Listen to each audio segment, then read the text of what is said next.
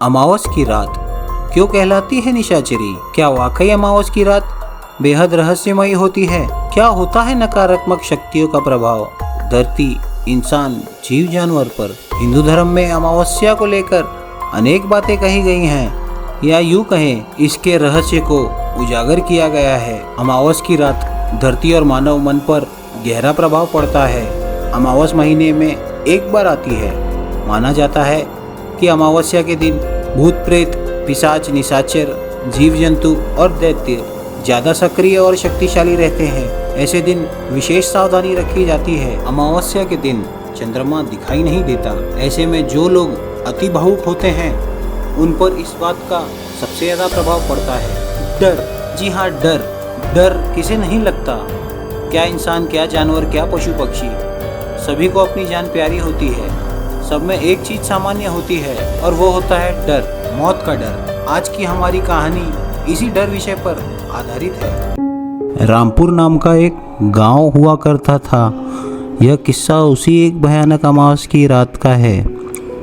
अमावस की रात थी और घना अंधेरा था। अंधेरे बादलों में सिर्फ सितारे चमक रहे थे। रास्ते सारे सुनसान पड़े थे। गांव में कोई अमावस की रात बाहर नहीं निकलता था। अंधेरी रात में कुत्ते रो रहे थे। सूरज नाम का एक युवक बेचारा मजबूरन काम से लौटकर देर रात अपने घर की तरफ को जा रहा था। अंधेरा इतना घना था कि सूरज को अपना हाथ अपने चेहरे के सामने नहीं दिखाई दे रहा था। वो काम से घर जा रहा था और आधी रात हो चुकी थी। केवल एक ही चीज़ उसे सुनाई दे रही थी और वह थी उसी के कदमों की आहट। अचानक उसने अपने पीछे एक शोर सुना। वह मुड़ा, लेकिन उसे कुछ दिखाई नहीं दिया। डर उस पर हावी होने लगा और वह दौड़ने लगा। लेकिन वह जितना तेजी से भागा, शोर उतना ही उसके करीब आता जा रहा था। अंत में वह फिसल गया और गिर पड़ा। सूरज फिर खड़ा होता है। जैसे ही 2 कदम चलता है, अचानक पीछे से आवाज आई, सुनो, तुम्हारे पास माचिस है क्या? माचिस? अगर तुम्हारे पास माचिस है तो मुझे माचिस दे दो। सूरज जब पीछे मुड़ा और पीछे देखता है कि एक बहुत ही अजीब, गरीब, डरावनी शक्ल वाला आदमी उससे माचिस मांग रहा होता है। फिर सूरज ने अपनी जेब से माचिस निकालकर उस आदमी को दे दी। उस आदमी ने सिगरेट जलाई, धुआं हवा में उड़ाया और माचिस वापस कर दी। जैसे ही सूरज 2 कदम आगे बढ़ा और मुड़ के पीछे देखा, वह अनजान आदमी मानो जैसे अंधेरे में गायब हो चुका था। यह देख सूरज बहुत भयभीत हो जाता है और डर के पसीना पसीना हो जाता है और वहाँ से दौड़कर भाग जाता है। घर पहुँचते ही सूरज को तेज बुखार आ जाता है। वह पूरी घटना अपनी पत्नी को बताता है।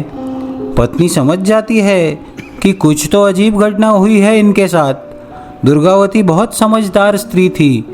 उसने वह किस्सा अपनी सास को सुनाया। पूरा किस्सा सुनने के बाद सूरज की माँ और पत्नी उसके पास जाते हैं। सूरज का शरीर मानो बुखार से तप रहा था। वह कँपकँपा रहा था, बहुत डरा हुआ था। उसे मानो वह खौफनाक चेहरा उसके सामने नजर आ रहा था। माँ दुर्गावती को गीले पानी की पट्टी सूरज के सर पर रखने बोलती है और माँ हनुमान चालीसा का पाठ करती है। पाठ समाप्ति पर जैसे ही जय श्री राम का नाम लेकर पवित्र गंगा जल सूरज पर उसकी माँ छिड़कती है, मानो जैसे कोई चमत्कार हो गया हो। बुखार और डर जैसे गायब हो गया हो। सूरज को बहुत अच्छा महसूस होता है और वो बिल्कुल ठीक हो जाता है। सूरज और दुर्गावती दोनों माँ के पाँव छूकर आशीर्वाद लेते हैं। तो दोस्तों, यदि आपको हमारी कहानी पसंद आई हो तो हमारे चैनल को प्लीज़ सब्सक्राइब कीजिए, वीडियो को लाइक कीजिए और अपने दोस्तों में शेयर कीजिए। धन्यवाद।